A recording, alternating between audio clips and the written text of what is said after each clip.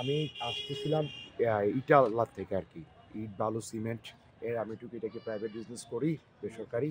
তো আমার একটা কাজ ছিল দাগাবাড়ি পুকুরের পূর্ব পাড়ে, ওই কনস্ট্রাকশনের কাজ আরকি। ওখান থেকে আসার পথে এই যে এই জায়গাটাতে এদিকে এসে এখানে দাঁড়াইছি। দাঁড়ানোর পরে আমার সামনে মোটরসাইকেল যোগে ৪-৫ টা মোটরসাইকেল সিএনজি যোগে কিছু লোক ছিল। এসে তারপরে আমাকে কাছে চাঁদা চায়। চাঁদা চাওয়ার পরে আমি তাকে জিজ্ঞেস করি, "কেন চাঁদা দিবি?" তখন বলে, "কুমিল্লা শহরে কাজ করলে চাঁদা দিতে হবে আমাদেরকে।" তখন আমি তাদেরকে মানে কথা বাকবিতণ্ডাতে তারা ছুরি বের করে, অস্ত্র বের করে আমার হাতে বাম হাতে স্টেক করে এবং কি শরীরে মারধর করে আরকি। ১৩-১৪ জন ছিল আরকি। নাম ওদের নাম? ওদের নাম হচ্ছে ফয়সল ছিল, আরাফাত ছিল, তারপর হচ্ছে মতিন ছিল, আলামিন ছিল, আ আরো বেশ কিছুজন ছিল, সাথে একটা মেয়েও ছিল আরকি, মহিলা ছিল আরকি। মতিউর কামাল, আইন পেশায় আছি কুমিল্লা জজ কোর্টে। মওদুদ আবদুল্লাহ শুভ্র আমার বন্ধু, সে আমার ছোটোবেলার বন্ধু। তো ৩ই আগস্ট রাত আনুমানিক ১৫-১২টার দিকে সে আমাকে ফোন করে বলল যে কে বা কারা তার পথ রোধ করে তাকে স্টেপ করতে, তাকে জরুরিভাবে হাসপাতালে নিতে হবে। তো আমি এই সংবাদ পেয়েই সাথে সাথে আমার এক বন্ধুকে নিয়ে মোটরসাইকেল যুগে টিকাচর ব্রিজের আগে যে এই জায়গায় চলে আসি। এসে ওকে আমি দেখতে পাই যে ওর হাতে স্টেপ আছে, কয়েকটা স্টেপ এবং রক্তাক্ত। মওদুদ আবদুল্লাহ শুভ্র, সে হচ্ছে কুমিল্লা ৪ নং ওয়ার্ডের ইসলামপুর নিবাসী। আমাদের কুমিল্লা বারের শিক্ষানবিশ আইনজীবী একজন, পাশাপাশি সাংবাদিকতার কাজও করে থাকেন এবং মাঝে মাঝে ঠিকাদারির কাজও সে এটার সাথে যুক্ত আছেন। বিভিন্ন সময় সে হুমকি ধমকির শিকার হচ্ছেন। এই নিয়ে আমরা গত ১৯/৮/২০২৪-এ দ্রুত সিআর ৩৬/২৪ দ্রুত সিআর ৩৬/২৪ একটি মামলা আমরা দায়ের করি বিজ্ঞ আদালতে। মামলাটি বর্তমানে বিজ্ঞ আদালত পিবিআইকে তদন্ত দিয়েছেন এবং পিবিআই মামলাটি তদন্ত করছেন। যখন সে এই চাঁদাবাজির সম্মুখীন হলো, যখন চাঁদা না দিল, তখন তার উপরে এই স্টেপ করা হয়।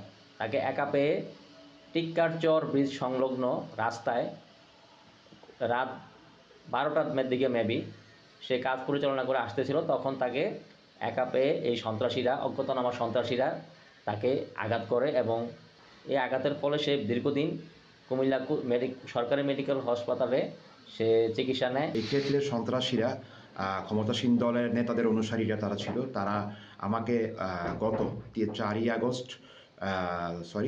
আগস্ট রাত ১১টা ৪৫ মিনিটের দিকে আমি টিক্কাচর ব্রিজ থেকে আমি আসছিলাম আমার বাসার পথে হয়ে। তখন আমাকে তারা পেতেছিল, তারা টিক্কাচর ব্রিজটা সংলগ্ন এই এলাকাতে। তো আমার কাছ থেকে তারা চাঁদা দাবি করে আরকি।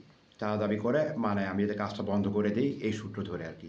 তো চাঁদা দাবি করলে আমি তাদের সাথে কথায় মানে তর্ক বাকবিতণ্ড হয়। তো একটা পর্যায়ে আমাকে একা পেয়ে তারা শারীরিকভাবে আঘাত করে এবং কি আমার কাছে চাঁদা দাবি করে আরকি। তো আমি তখন থানায় যাই। আমি প্রাথমিক চিকিৎসা নেই। চিকিৎসা নেওয়ার পরে আমি থানায় যাই। তারপর দেশে তো বৈষম্য বিরোধী আন্দোলনের কারণে থানা সবকিছু বন্ধ হয়ে যায়।